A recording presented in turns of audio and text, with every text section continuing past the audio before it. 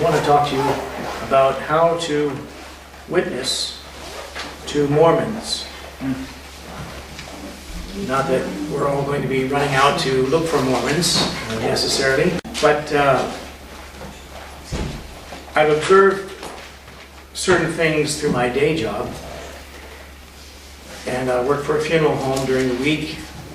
And yesterday I was at a Mormon church most of the day directing a funeral service, and the way I'm dressed today is basically the Mormon look.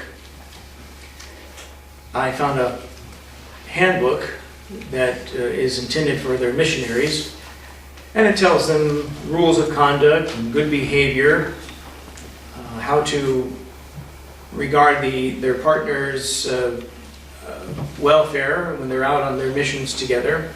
There are women, young ladies who are missionaries, and besides young men, there are some older couples who decide to go on a mission for the Mormon church. But in that handbook, it suggested to the young men how to cut their hair. Short, conservative haircut, not buzzed. They don't have to have it buzzed, military length, which is about like that. But at least a conservative haircut. Wear conservative colored suits, black, dark gray, navy blue, conservative neckties. The flashy ones with the sequins and the glitter that some of the Korean brothers wear, those aren't Mormon neckties. But be that as it may, they have a certain look and a certain image that they are known for, and I'm only judging the young men because that's what I found out about.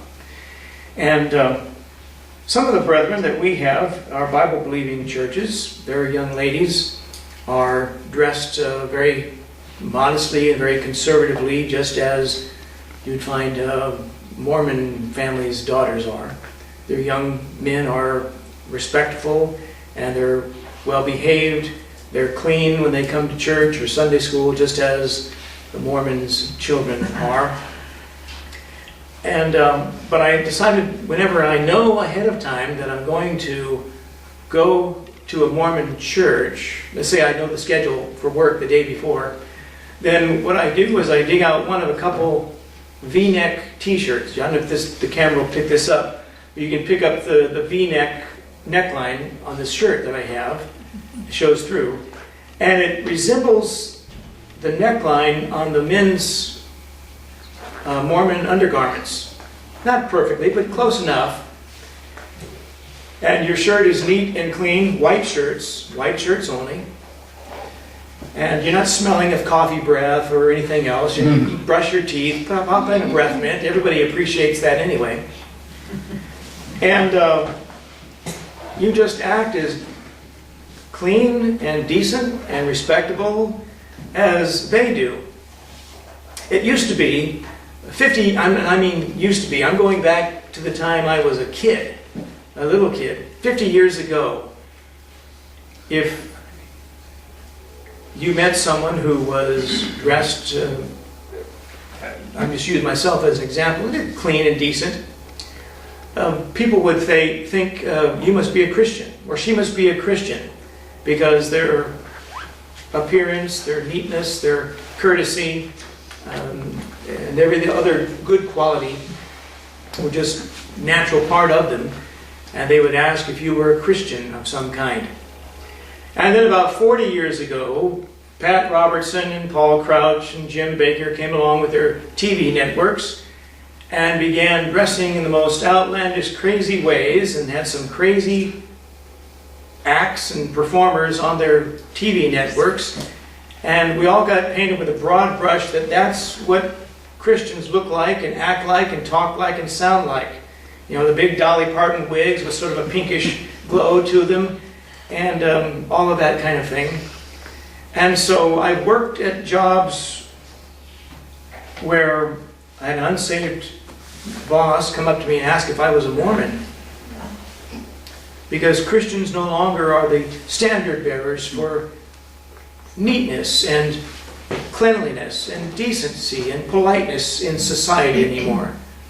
That we abandoned that, and it got taken up by cults, Mormons, Jehovah's Witnesses to a lesser degree. So I decided whenever I know I'm going to a Mormon funeral, I'll put on one of these t-shirts, pull down my shirt so smooth on any wrinkles that are in it, and look as decent and presentable as they are. I've had them shake my hand at Mormon churches, and the way they grab my hand, I know they're trying to give to me a Mormon grip or a Mormon handshake, but I didn't return it. And I know they were scratching their heads wondering, is this guy one of us or not? And I'm telling you all of this is because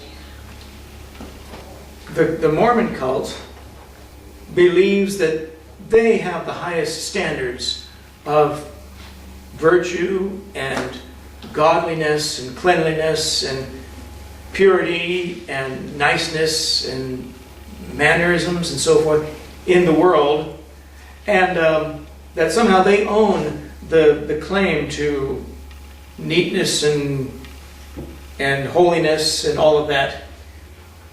And when they meet a Christian who is just as decent as they are, who's not a Mormon, I don't drink, I don't smoke, I don't gamble, I don't go partying and doing things, I don't buy lottery tickets, I don't waste my money with that, or any of these other things, they can't figure it out. You see, once your life is just as clean and neat as theirs is, you've taken their number one weapon away from them.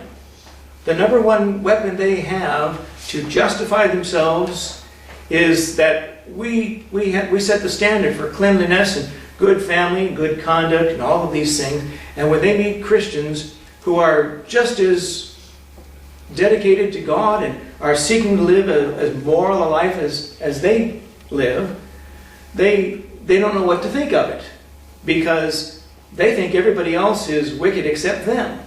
And when they meet a true believer who is just, like I say, young men, young ladies who are just as well behaved and well presented as their own children are, they scratch their head wondering, how can they possibly be as righteous and clean living as we are, because we have a living prophet. That's what they say. I heard a guy yesterday at this funeral give his so-called testimony. I know that the Church of Jesus Christ of Latter-day Saints is the true church, and there is no other, that we're guided by a holy prophet, and he alone has the keys of the gospel in this age, and all other churches are false. That and $4 will get you a coffee grande or a grande coffee latte at Starbucks. It means nothing. But the first step in trying to win someone in that religion is to be as clean and decent as they are. Because you've taken away their number one leverage, the number one weapon they think they have leverage over you is the idea of their reputation. When yours is just as virtuous as theirs is, because their gospel can't compete with our gospel. The idea that I'm going to have a celestial mansion and multiple wives and rule over my own planet can't compete with everything we talked about, even in our church hour. That if you can imagine a sinless, perfect city where Jesus Christ reigns as the Son of God and Lord of the universe, and you and I are glorified like Him, where there is no stain of defilement, and we will live forever and ever in glorified form like Him, our thinking is too small, right? That doesn't even begin to describe all the glories that God has prepared for them who know Him by Jesus Christ. And the idea that, well, I'm going to give him a gospel tract and he'll get saved just like that. More than likely, that won't happen. But you and I are planting seed. You and I are watering that seed by that tract, by that testimony, by our own testimony, by our own life, our own reputation. We are watering that seed And when God's ready, He'll bring it forth to eternal life. But, so that's just a little helpful advice on how to witness to Mormons. They certainly need the truth that we seek to preach and seek to offer to them. Okay, let's stop with that.